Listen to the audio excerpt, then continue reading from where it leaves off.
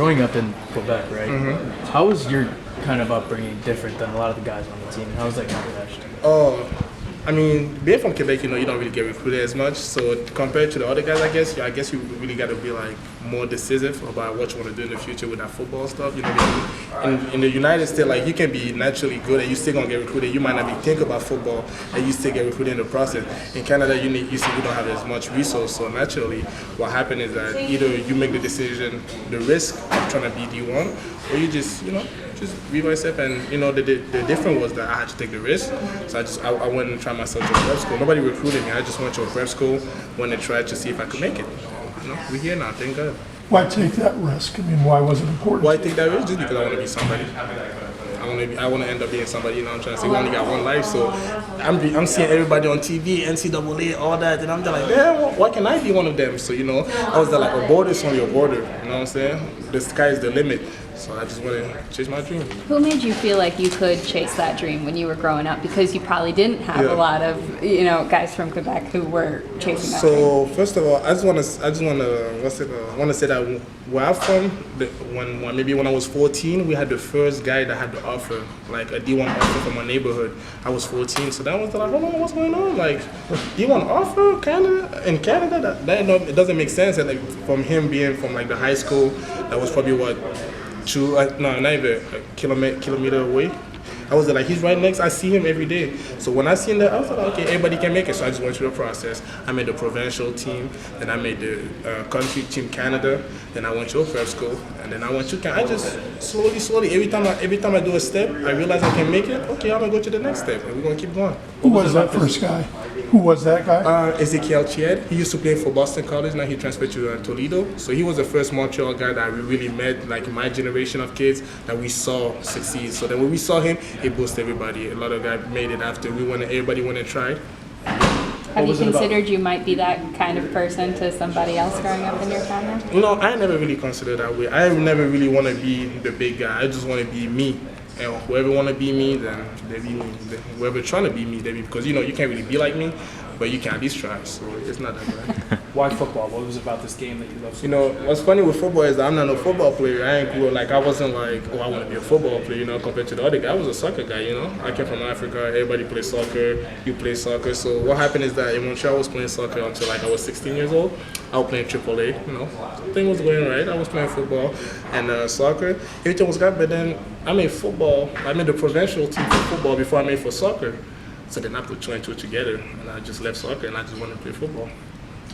How much progress you feel you've made this season? Coach talked about your building confidence and consistency through the season. How much progress? I feel like I got more mature. I don't really talk too much. I only talk when it's needed to. I don't really say just talk to talk. And then like he said, the confidence. The point was that, like he said, he wasn't really sure what to expect with me if we put me on the field. But I came from game experience. But then when your first game is Michigan, the rest after it came, the rest can scare you after that. So my first game was Michigan, and after that I just kept flowing, kept flowing with the flow. How do you not get overwhelmed when your first game is Michigan?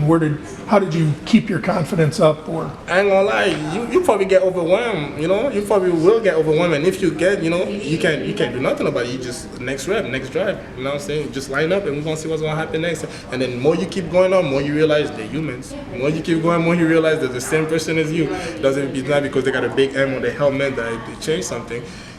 So every drive, okay, now the confidence start building. Then boom, after it was NC State, another big team, confidence start building, and then boom, Fresno State.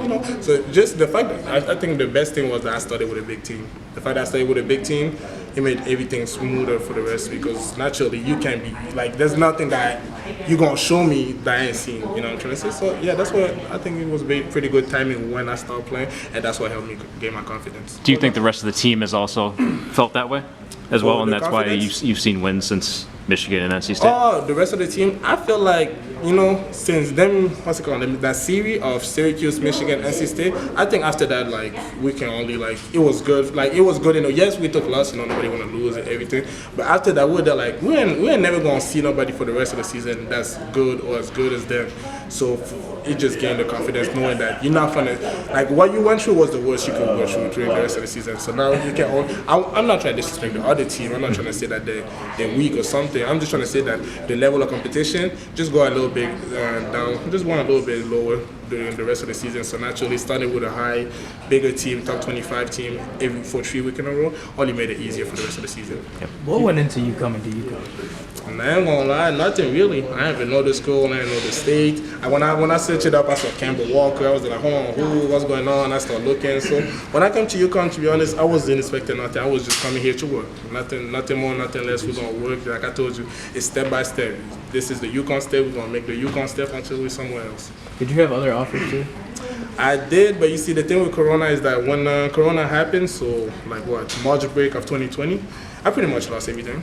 Pretty much lost all the offer because they was giving me the, we're going to prioritize the American civilian because we don't know how the border situation was going to be. So I lost everything. And then thank God, Coach Dot from last year, he called me, July 19, July 17, something like that. I was trying to commit the same day because I was like, hey, I ain't trying to lie to you. I ain't got nothing else. Let me just come. Let me just come. He told me, just give it a day and then call me the next day. I gave it a day.